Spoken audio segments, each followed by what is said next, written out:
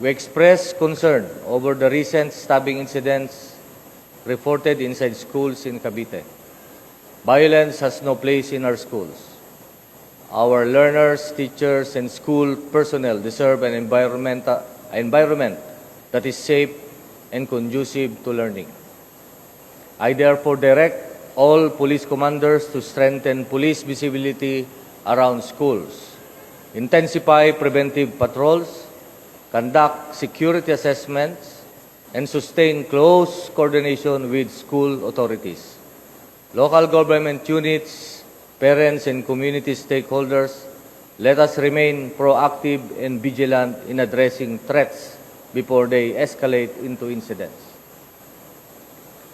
On June 19, continuous police operations led to the arrest of 2 suspects in Clark Freeport Zone involved in the killing of a Korean national on June 18.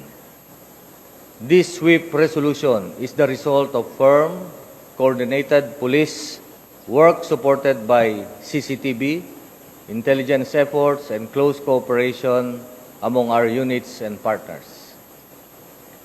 I commend PRO3 for an outstanding display of an intelligence-driven police criminal investigation.